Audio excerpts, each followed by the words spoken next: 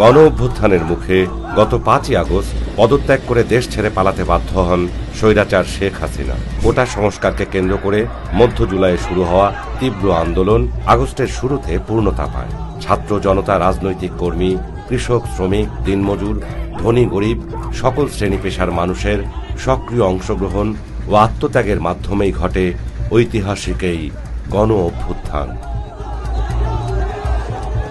এখানে একটি প্রাসঙ্গিক প্রশ্ন হচ্ছে, হঠাৎ করে কি জুলাই আগস্টের এই আন্দোলনে সাধারণ মানুষ খুনি হাসিনা সরকারের বিরুদ্ধে রাজপথে নেমে এসেছে? আন্দোলনের চূড়ান্ত ফলাফল জুলাই আগস্টে এলেও এর পেছনে ছিল দীর্ঘ সময়ের ত্যাগ, তিতিক্ষা ও লাখো নির্যাতিতের হাহাকার। 2009 সাল থেকে ফ্যাসিস্ট আওয়ামী সরকারের দীর্ঘদিনের অত্যাচার, নির্যাতন, নিপীড়ন, গুম, খুন, দুর্নীতি, দুঃশাসনের কারণে মানুষের মধ্যে যে ক্ষোভ জমা হয়েছিল তারই বিস্ফোরণ ঘটেছে জুলাই আগস্টের এই বিপ্লবে।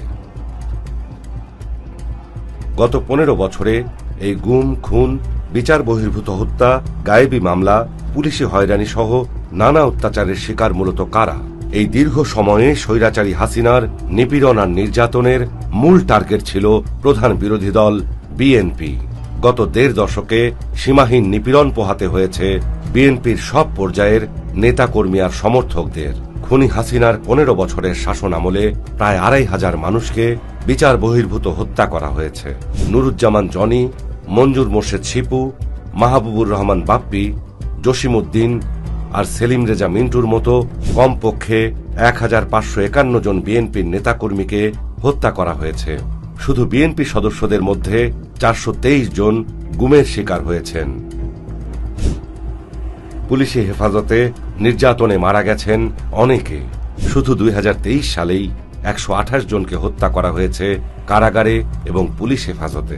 2001 থেকে 2021 পর্যন্ত কারাগারে হেফাজতে হত্যার শিকার হয়েছেন 1492 জন। রিমান্ডে, কারাগারে বিএনপি নেতাকর্মীদের উপর ভয়াবহ অত্যাচার করা হয়েছে। একের পর এক দেয়া হয়েছে গায়েবী মামলা, কারো কারো নামে শতাধিক মামলা পর্যন্ত দেয়া হয়েছে। গত 17 বছরে বিএনপি নেতাকর্মীদের বিরুদ্ধে মামলা হয়েছে প্রায় 1.5 লাখ। আসামি করা হয়েছে প্রায় 60 লাখ নেতাকর্মীকে। প্রায় প্রতিদিন কোর্টে হাজিরা দেয়া আর মামলা চালাতে গিয়ে নিঃস্ব হয়েছেন অনেকে।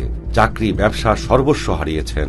আওয়ামী লীগ কর্মীদের দখলবাজি, পুলিশের নির্যাতন আর মামলার হয়রানির কারণে ঘরবাড়ি ছেড়ে ঢাকা এসে রিকশা চালিয়ে জীবন কাটিয়েছেন অনেকে।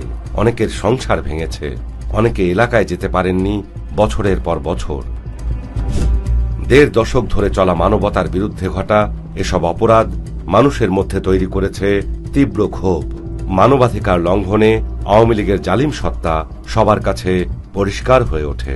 বিএনপি ছাড়াও বিরোধী শরিক দলের নেতাকর্মী, সুশীল সমাজ, সাংবাদিক ও সমালোচকদের উপরেও আওয়ামী লীগের নির্যাতনের খড়গ নেমে আসে।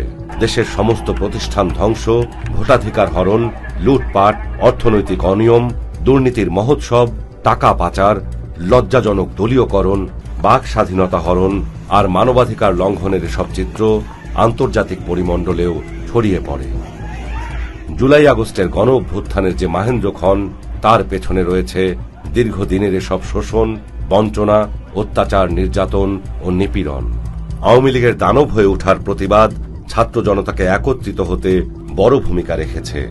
জুলাই আগস্টের গণ অভ্যুত্থানে শিক্ষার্থীদের সাথে বিএনপি এবং গণতন্ত্রকামী অন্যান্য বিরোধী দলগুলো মাঠে নেমে আসে।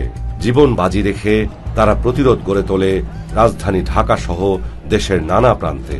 রংপুরে আবু সাইদ শহীদ হবার পর চট্টগ্রামে 16 জুলাই শহীদ হন ওয়াসিম আকরাম।